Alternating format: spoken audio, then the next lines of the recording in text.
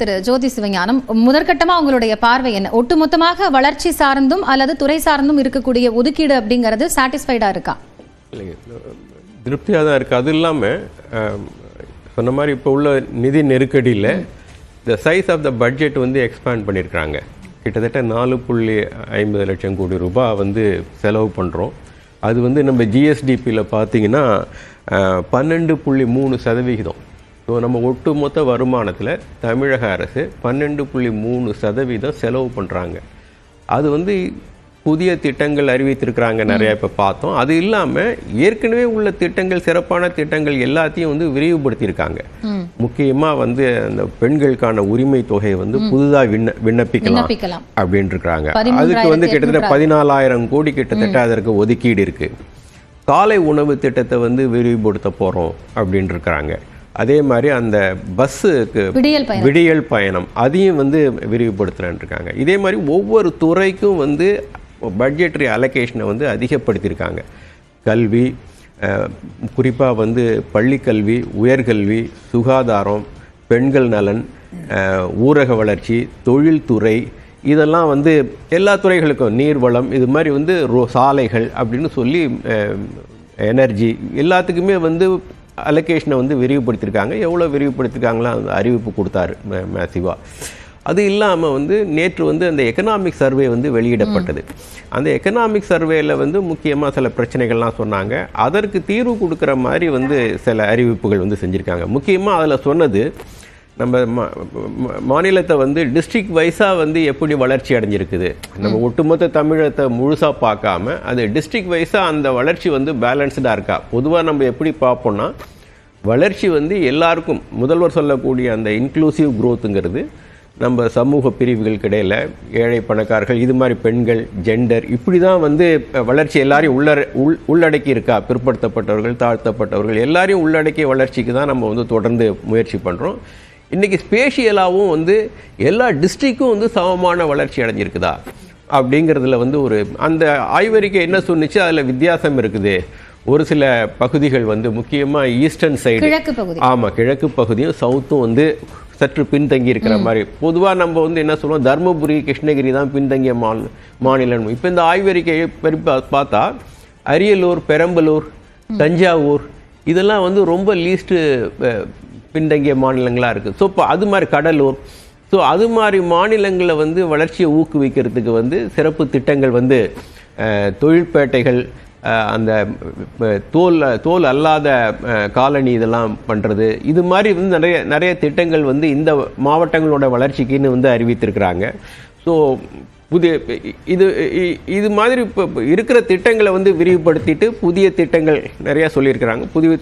ஒட்டு மொத்தமாக வந்து அரசினுடைய செலவு வந்து அதிகமாக இருக்குது.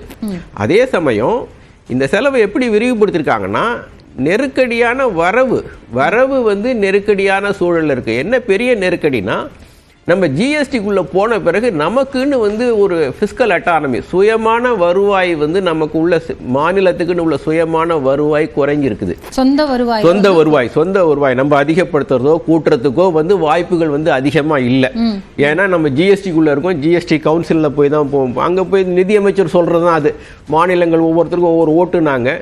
இப்போ அது ஒரு டெமோக்ராட்டிக்காக நடக்கலை. எதிர்கட்சி ஆள்ற மாநிலங்கள் தவிர மீதி வந்து பாஜக ஆள்ற மாநிலங்கள் வந்து ஒன்றிய அரசு என்ன சொன்னாலும் அதை ஏற்றுக்கிறது. அவங்க மாநில நலனுக்கு எதிராக இருந்தாலும் பரவாயில்ல, ஒன்றிய அரசு என்ன சொல்லுதோ அதை வந்து முழுமையாக ஏற்றுக்கிறது.